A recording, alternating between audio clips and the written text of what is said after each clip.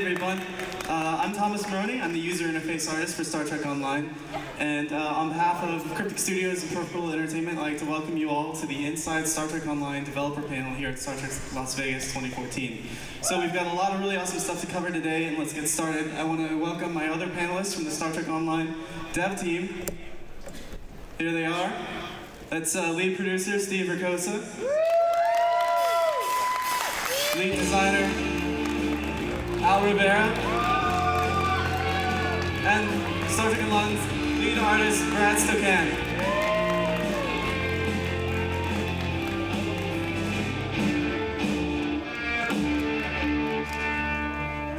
So we're all really excited to be here today. We have some really cool stuff to share with you. Before we get started with that though, we want to share a trailer we brought to kind of give people who are new to Star Trek Online a brief overview of the game. So can we go and run the trailer, please?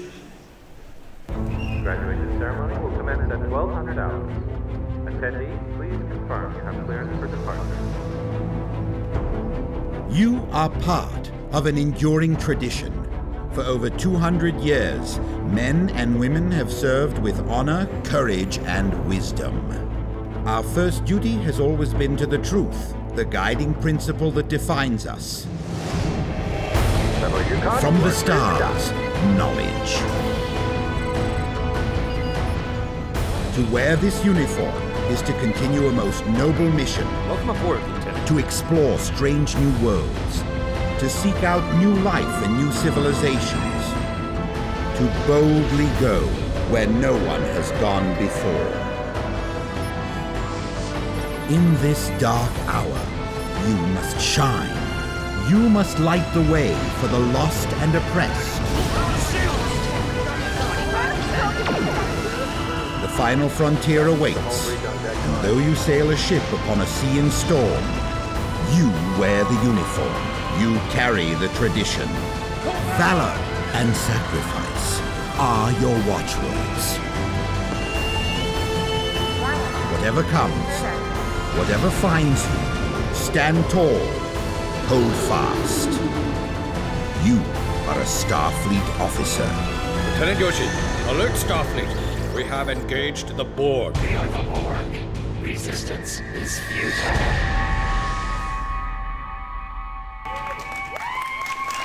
Awesome. I get really excited every time I watch that. So, as I said before, we've got a lot of new stuff to talk about for things coming along the pipe for STO later this year. But before we get to that, I want to start with Steve. Steve, can you give people who are new to Star Trek Online a little overview of the game? Sure, thanks Thomas. So Star Trek Online is a free-to-play MMO that takes place 30 years after Nemesis and puts you in the captain chair of your own starship. Now there's kind of a lot there. So an MMO is a massively multiplayer online game where hundreds and thousands of people, or everyone in this room, could be cooperating together, competing against each other, or just hanging out. And free-to-play means exactly that. 100% free-to-play from beginning to end.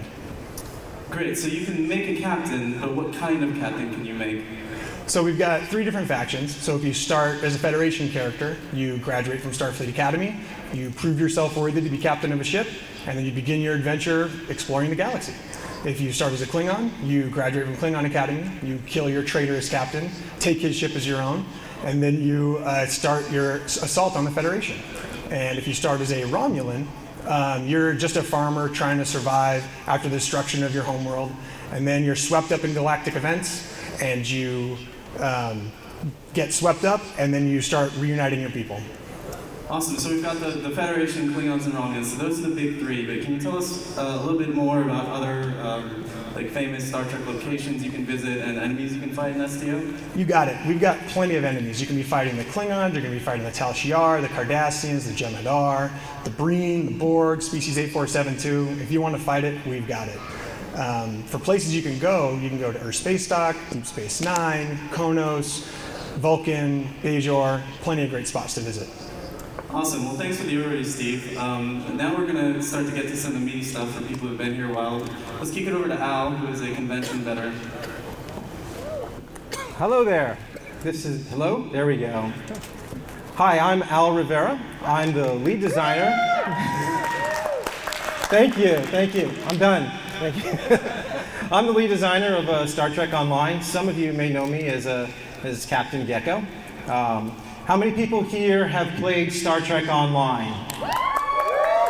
Wow, that's pretty good. All right. I've even seen a whole bunch of people out here with Star Trek Online uniforms. It's beautiful. I can see one over here. Nicely done. Anyone else? I can't see him. It's too bright. Over there. Wonderful. It's really great to be back here at the. Oh, look at that. There's another one. It's really great to be here back in Vegas at Star Trek Convention with all the fans and all these Trekkies.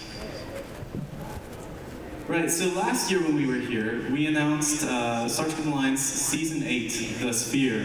A lot happens in the game since then. Can you give everybody a rundown and catch us up? Sure, yeah, a lot's happened. It's been a year. So last year, Season 8, Into the Sphere, players discovered a Dyson sphere, right?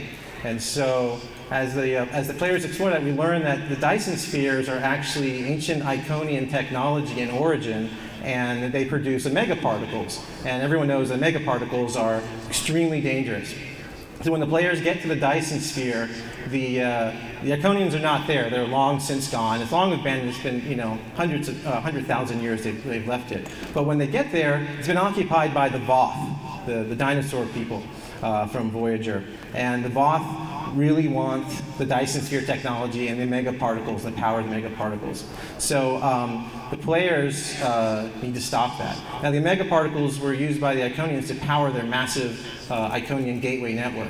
So as the players are clashing, the Federation, the Klingons, and the Romulans joining together to stop the Voth, along the way, Species 8472, who we call the Undine, they access the gateway network and launch an attack, a sneak attack on Earth Space Dock and on Kronos.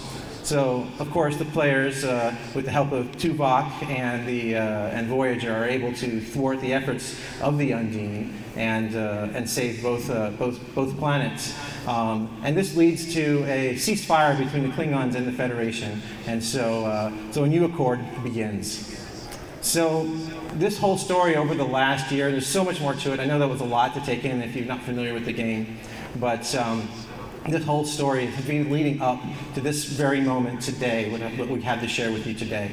So this fall, Star Trek Online and Cryptic Studios is proud to present the biggest expansion to Star Trek Online since Legacy of Romulus. This October, we're proud to bring you Delta Rising.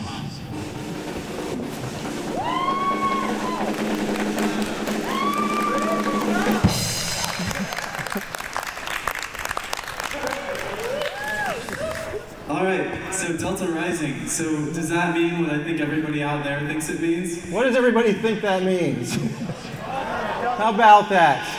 If it's not painfully obvious, yes, we are really excited about bringing the players to the Delta Quadrant.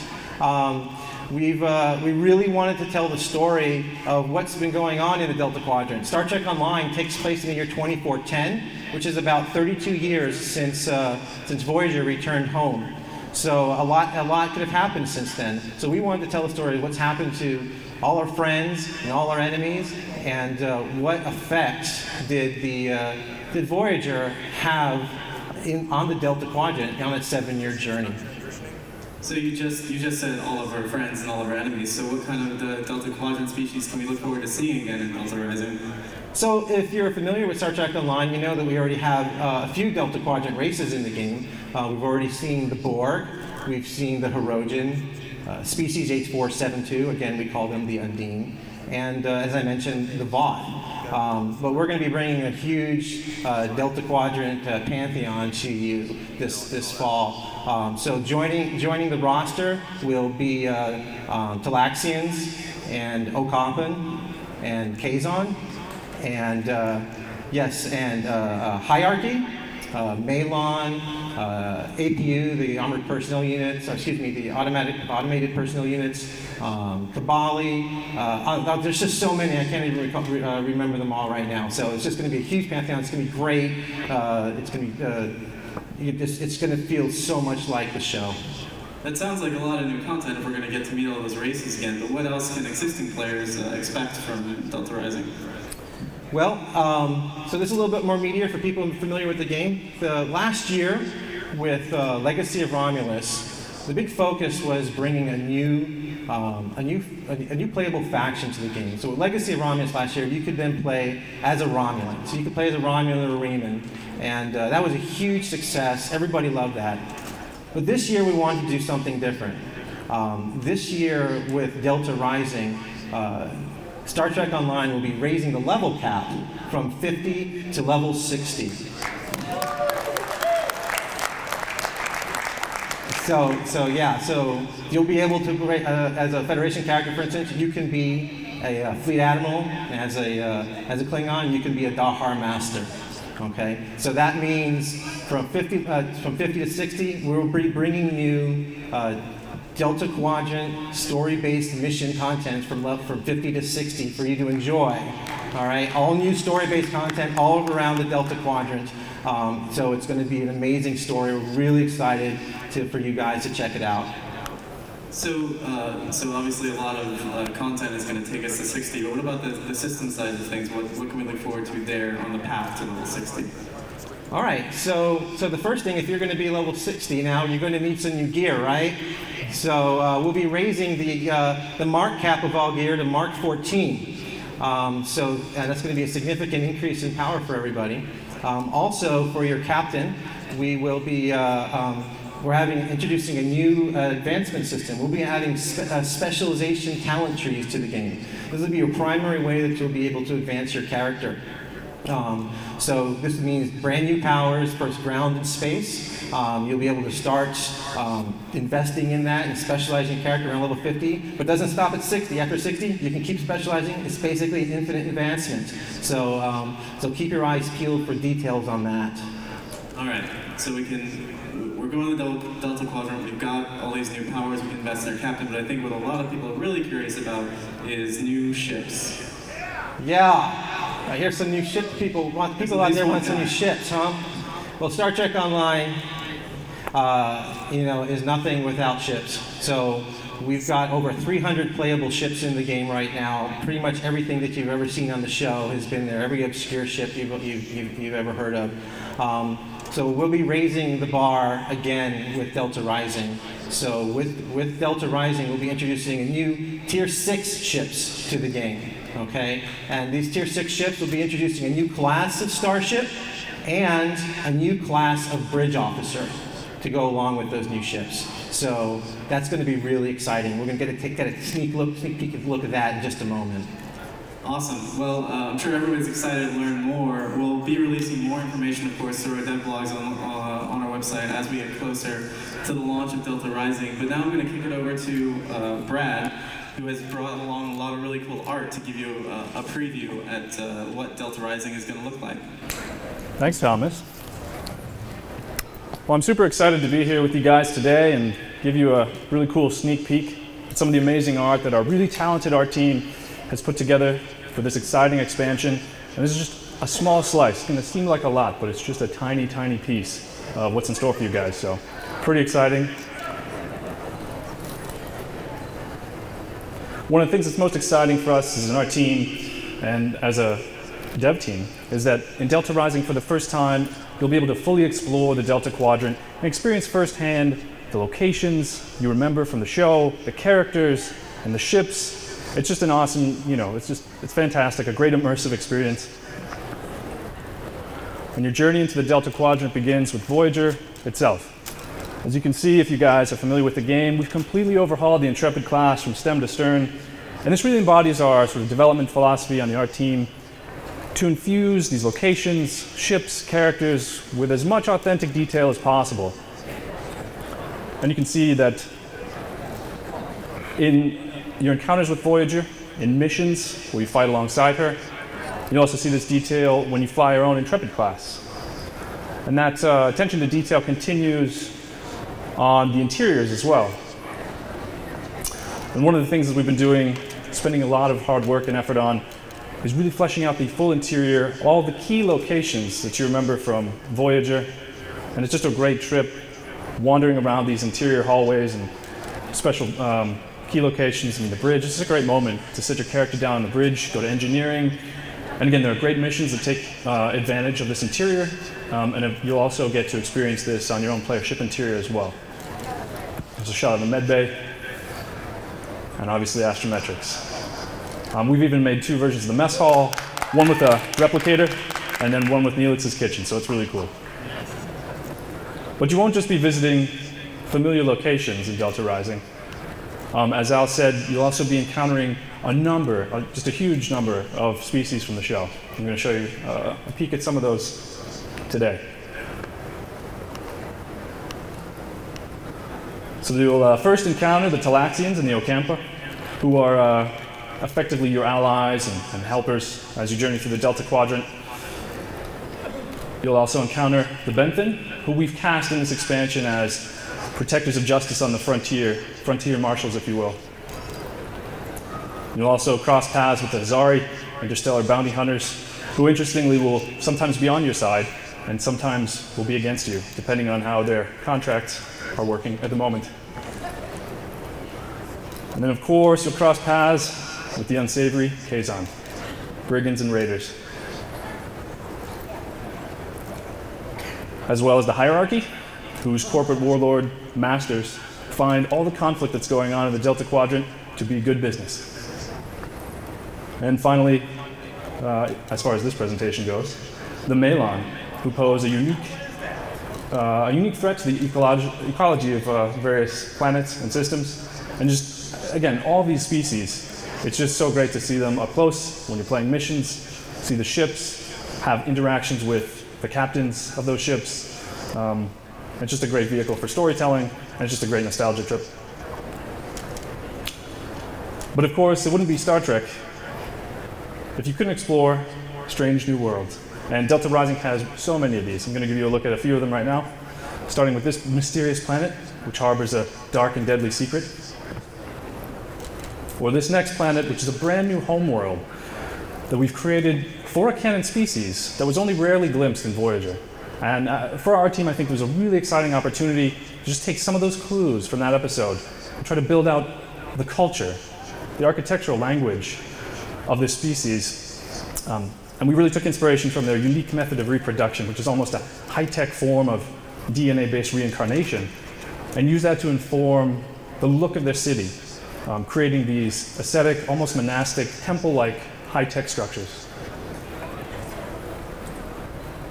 And last, but certainly not least, I want to give you guys a sneak peek at some of the ships you'll be piloting. Obviously, with all the new threats in the Delta Quadrant, we need to roll out some new tech, some powerful new technology in the form of new starships. And we've designed a new aesthetic for these ships that will sort of reflect their new and unique powers. It's a little too early to talk about what those are yet, but here's an early look at Federation Escort, as well as an all-new cruiser. But it won't just be Federation starships. Here's a look at a cutting-edge new Romulan Warbird and a new Klingon Raptor. And that's all we have for the sneak peek today. I hope you guys enjoyed it. I think this is all pretty exciting. Of course, we have much more to share with you guys over the coming months, so please stay tuned. Thomas, back to you. Thanks, Brad. Thanks for bringing all that stuff for us. So, Delta Rising. So that's pretty much all we have to share for you. Let's recap, though. Delta Rising is going to take you back to the Delta Quadrant. You're going to be able to follow in Voyager's footsteps and meet old friends and enemies. We're also raising the level cap to 60. You're going to be a Fleet Admiral and have new ways to customize your captain's powers. And finally, Tier 6 ships. They're also going to have some new abilities and new visual styles, and it's going to be part of the biggest expansion to Star Trek Online since Legacy of Romulus, and it's all coming out in October of this year. All right, well, there's one more thing that we want to talk about. So, Star Trek Online has always brought you Star Trek alumni talent actors.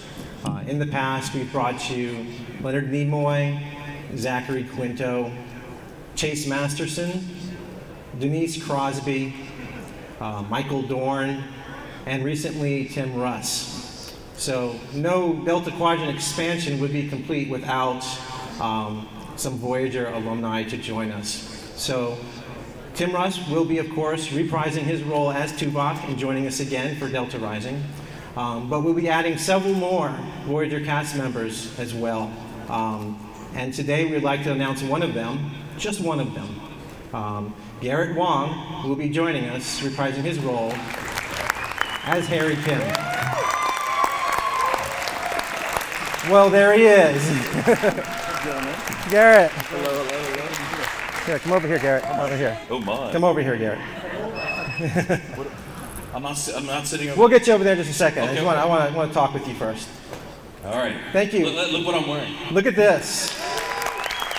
That's money well spent. We're twins. It's like looking into a mirror, I know. Garrett, thank you so much for joining us on stage. I really, really appreciate it. I can't begin to tell you what an honor and a privilege it is. It honestly is a joy to be up here with you. I never thought this would happen. This is great. I appreciate that. I'm happy to be here. Thank you. Thank you. So are you looking forward to reprising your role as Harry Kim? Have you been thinking about it? Oh, I thought you were hiring me as Sulu. Sulu? Oh. I guess we'll have to. Oh. Okay, yes, I am very excited to reprise the role of Harry Kim. It's been a while, it's been some time. So to revisit that and have some new twists and turns and further the Voyager saga would be wonderful. Yeah. That's great. So Garrett, I've heard you say that you never really got to explore your character Harry Kim very well. That you felt that sometimes the writers held you back a little, or that you didn't really get to develop as much as you'd like. What would you like to see? First off, before you go on, I feel so weird that you guys are sitting there where we're standing. We're going to go back over there in a second, but I just want to chat with you. Let's sit down. Let's sit down? Okay, let's sit down. We got. Okay. This is much better. Do you guys want to join us on the other couch? Come on over. It's kind of Let's do it. over there. Come on over. Everyone sit down for a second. There you go. Yes. Keep it cozy. Good job. Nice and cozy, right? This is much more comfortable. Thank you. All right. What would you like to see happen to Harry? How would you like to see him develop? And what is it maybe we could do for you on Star Trek Online that you would like to see happen? Oh my goodness. Make sure the guy in the front goes, make sure he doesn't die. It's true. Everything happens to Harry Kim. Am I right? And a promotion would be nice, wouldn't it? Yes. And that would be, what's that? Give me Voyager. Give me Voyager? I get my own ship? That'd be wonderful. Captain Kim. The Adventures of Captain Kim. I like that sound, right? That sounds good. Well, certainly Harry Kim will be joining the cast as a captain, and as we saw in Endgame, he will be in command of the Rhode Island. Excellent. Captain Harry Kim. Excellent. I'll take that. But the team and I had been talking and thinking, and this has been really, really, you've been really left out for such a long time for your promotion, right? Yes. And so we have a little present for you today, Garrett. Uh-oh. Okay. What do we do? So the team and I put a little something together, and Garrett, not Harry, but Garrett. Are you proposing to me? I am proposing to you, Garrett. It's like a ring box. I'm like, what? I hereby promote you to the rank of Lieutenant Junior Grade. With all the rights and responsibilities that comes with that rank. So congratulations, lieutenants. I do! I got some bits here. I think it's long overdue. Yeah. Maybe next year we'll get you full lieutenant. It's funny because at a lot of conventions people always talk about promotion, non-promotion, and I joke about how people say, well, if you were to write a scene on Voyager, what would happen? I said, oh, it's simple. Ensign Kim is going to be sleepwalking. He's going to sleepwalk into everybody else's quarters and steal their rank picks from their uniform. And put them all on his uniform, so it looks like a uniform of chainmail, basically. So, but yes, it's wonderful. Thank you very much for this. Appreciate Thank you. No, thank you. It's going to be a real pleasure. I'm really looking forward to working with you. I'm really excited about it. Yeah. So that's really about it. I think, will you be able to stick around for some Q&A with the audience? Sure. All right. So Q&A. I think we're ready for some Q&A. I don't know where we got mics. There's nobody here. We've got a bunch of people there. Oh, there's people there. Okay. We can't see you. That's okay. That's You okay. just imagine what you look like. It's fine. Oh, There you are. What can we do for you? Well, I'm just wondering if we're ever going to be able to manage our duty officers through the gateway. That's an excellent question. If anyone doesn't know what the Gateway is, it's basically our mobile platform, so that way you can access certain parts of the game, like through your tablet or your smartphone. So as some of you may know, we recently revamped the duty officer and recently released the crafting and research and development system. So with that, we redesigned the whole UI with Gateway in mind. Okay, so the old UI was really too complicated and cluttered to ever fit on a mobile platform. So the new system now allows us to do that. Now we don't have any immediate time scheduled for that, but now it can happen. So I think the ideal is like it's a no-brainer to be able to sit there with your tablet, your iPad, and just like you're with your data pad from Star Trek and looking through duty officer rosters and doing your duty officers, doing your crafting. So I think that's a realistic possibility at this point. It's not going to be for Delta Rising though. Thank you. Next question. Over here. Over there. Excellent. Wow, big one. Finally, Garrett makes a promotion to captain. Congratulations. Well, Garrett's doing great, but Kim is captain, so. So, anyways, I'm a lifetime member since Alpha. So I want to say you guys have done a great job. Thank you for playing. It's been 4 years, almost 5 years old for a game, and it's just getting better. And I had several lists of questions that from our group of Scourge's group, Fleet, and you just answered them all with this Delta Rising. All right, well, we're done. It's just all been what we were about to ask, and you've just done it. Well, I'm very glad that we were able to do that for you. I hope you really enjoy it. Thank you, and thanks for being a lifetime member. All right. Over here, on the side. Yes, I'm a life member, and I've been playing almost since the beginning. But I noticed in the old days, on the interior of your ship, there used to be more of your bridge officers performing duties than there are now. And I noticed that there still seems to be a bunch of generic officers doing duties when you have plenty on your roster. Is there a reason for that? Is that something you could change and maybe change in the future to see more of your bridge officers performing duties on the interior of your ship? Just on the bridge or throughout the whole ship? Throughout the whole ship would be even better. Yeah, that would be great. Yeah, I'm honestly not aware of it really being much of a problem, but thank you for bringing it. I mean, they should be there. I certainly know I've seen mine there, but if you're seeing some less and less are there, I don't know how random it might be. There are less than there were. I mean, there's some officers I used to see all the time, and now there's a bunch of generic people there. Are you using a new bridge, or is it? No, it's the same bridge I've been using for a long time. Okay, well, thanks for letting us know. I'll see if there's anything really going on, but they should be there, and there's really no reason why we can't add more of them. Terrific, thank you very much. Thanks for the thoughts. Over here. Considering the new redesign you talked about, what are you going to do to help a person who's not in a fleet and flying a science ship sort of get greater parity with people flying the other two types? What are you're having trouble with because you feel like you're in a science ship that you may not be able to compete with some of the other players? I think that's definitely true with respect to certain combat. Well, also that he doesn't have access to fleet gear, I think is what he's... Yes, that's another matter as well. Well, with the research and development system that we just released, which is kind of a parity to fleet gear, right? So currently, as a fleet member, you get access to set stuff like fleet quality, ultraviolet, ultra rare gear in the fleet. But your crafting system will be able to not only give you access to ultraviolet quality gear, but you know, but even more, right? Where the crafting system is just starting. So now with the introduction of Delta Rising and the raise of level cut to Mark 14, the crafting system is really going to shine. It's the opportunity for people who don't want to be in the fleet to really get access to things that the fleet members can't get access to. As for science vessels, well, there's going to be a lot of new ships coming out, right? And one of the ships that I don't think we saw it today is a tactical heavy science vessel. So I think you might enjoy that one if you haven't had a chance to actually play the Vesta class. I do have a Vesta class. Yeah.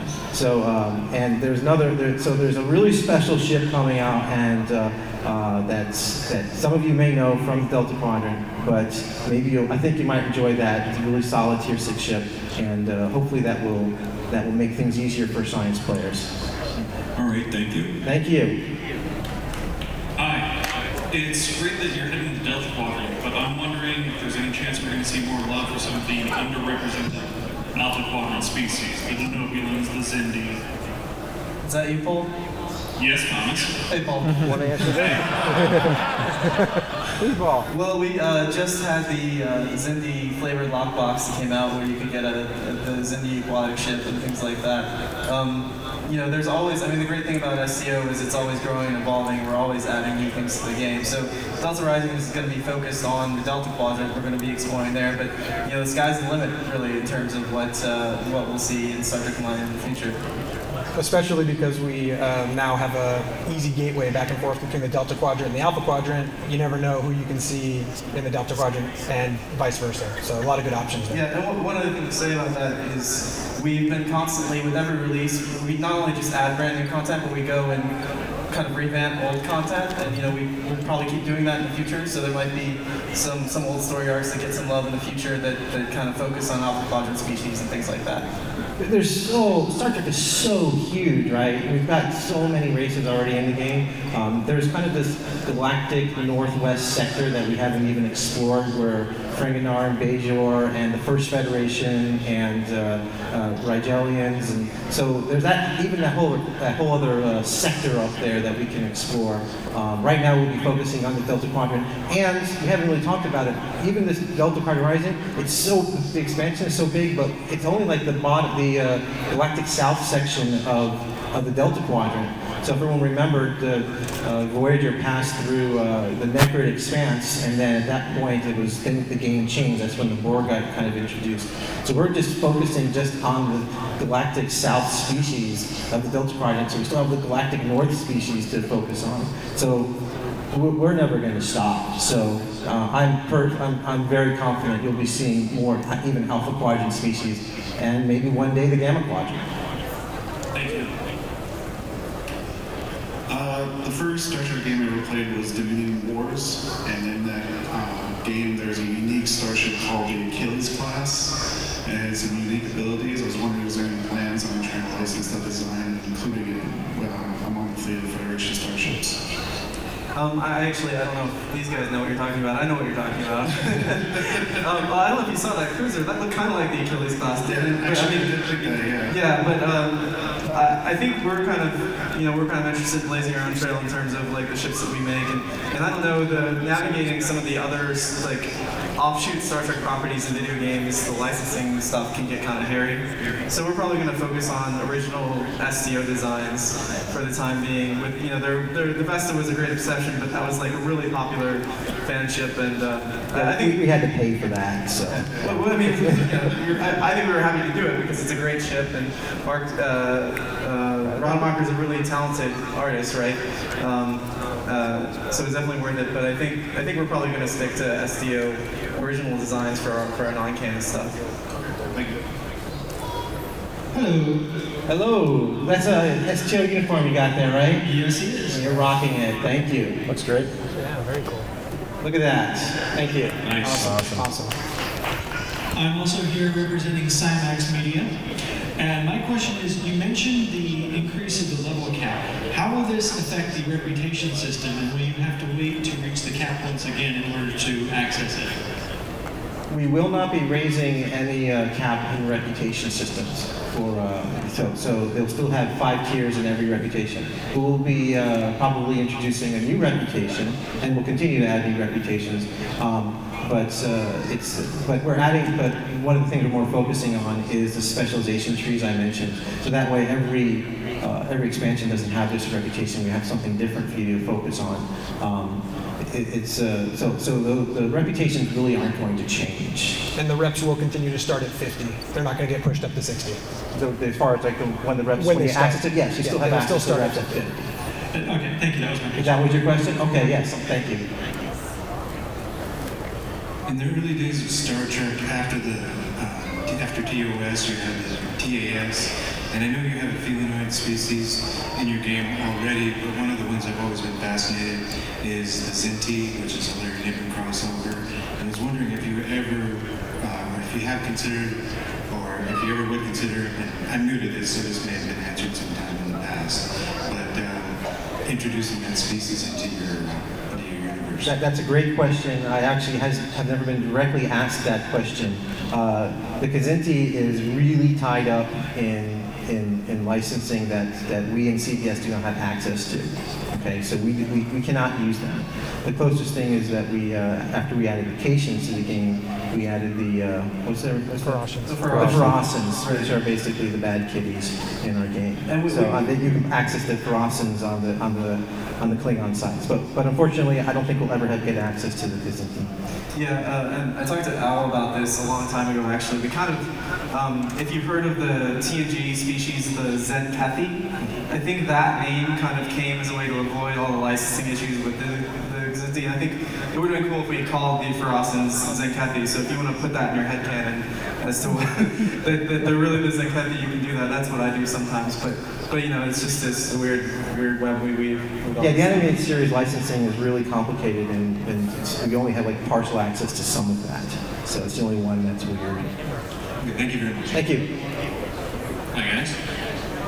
Can you tell us anything about what's going to happen with lockbox and low-buy ships with the upgrade to Tier 6? And also, where can I get one of those shirts? Well, the shirts, as a matter of fact, you can get them. If you stop by at 7 p.m. tonight at the iBar, meet the devs, we will be giving away prizes, including, well, Thomas will talk a little bit more about that, including these t-shirts. So we have a handful of these to give away. They won't have a little dev emblem on the side, but other than that, they're the same. As far as your existing lockbox ships, what I'll say about that is that you will be able to continue to use them. They will continue to be competitive with Delta Rising, and you will be able to make them better. That's all I'll say about them at this point. Okay, so don't worry about them. We won't forget about the existing Tier 5 or lockbox ships. Sure. Hi everyone, I'm the Foundry author, and I'd just like to express through you to the people that actually had included stuff in the Foundry recently, to say thank you for the actual work that they've done, putting assets and costumes and ships and all that stuff in the Foundry, so thank you for that. But I also ask what function within Star Trek Online do you see the Foundry taking up? What, as a system, role will it fulfill in the future? You want to take this? Sure. So first off, I'd like to thank Taco Fangs and Zeronius Rex, because they make sure that a lot of stuff gets added to the Foundry for you guys, a lot of those costumes, new assets, things like that. We see the Foundry as the tool for the players to create their own stories in the game, and kind of a branch of our existing content, so that way there's always something to play. We have some plans for the near future to kind of leverage the Foundry in ways that may make it more visible to more people, which could make it a lot more popular. Thank you. You're welcome. So it looks like we just got one last question over there. Garrett, can I have your t-shirt after the panel? I got dibs. It's my fiance now. Come on my booth in the vendors room. We'll talk, okay? All right, thanks everybody. I think we're right on time here. Yeah, I think we're out of time. It was great to see everybody here. Like Al said, we're going to have a Meet the Devs event at 7 p.m. tonight at the iBar in the Rio. We're going to have lots of Delta Rising t-shirts to give away. We're going to have signed Delta Rising posters. They're signed by the dev team. And we're also going to have an AMD video card, which is kind of our grand prize, and some Alienware stuff to give away as well. So this is all going to be a raffle tonight at 7 p.m. at the iBar. If you didn't get your question answered right now, most of us, I think all of us are going to be there, so you can talk to us directly. So thanks again, everybody. The iBar is right. Yeah, in the Rio. It's just down the hall. If you just where you checked in, it's actually I think the bar right there. Yeah, just past the Starbucks and keep going in the casino is the iBar at 7 p.m. Also, if you want to have any other immediate questions you want to ask me and some of the devs, we're going to be heading over to Trek Radio booth in the vendor room, and I think Priority One Podcast is going to be doing some is going to be doing some Q&A out there. So if you have any other questions, you can come there first, and otherwise we'll see you at the iBar with prizes. Thank you again. Thank you very much. So let's hear it for Garrett and the wonderful crew of Star Trek Online.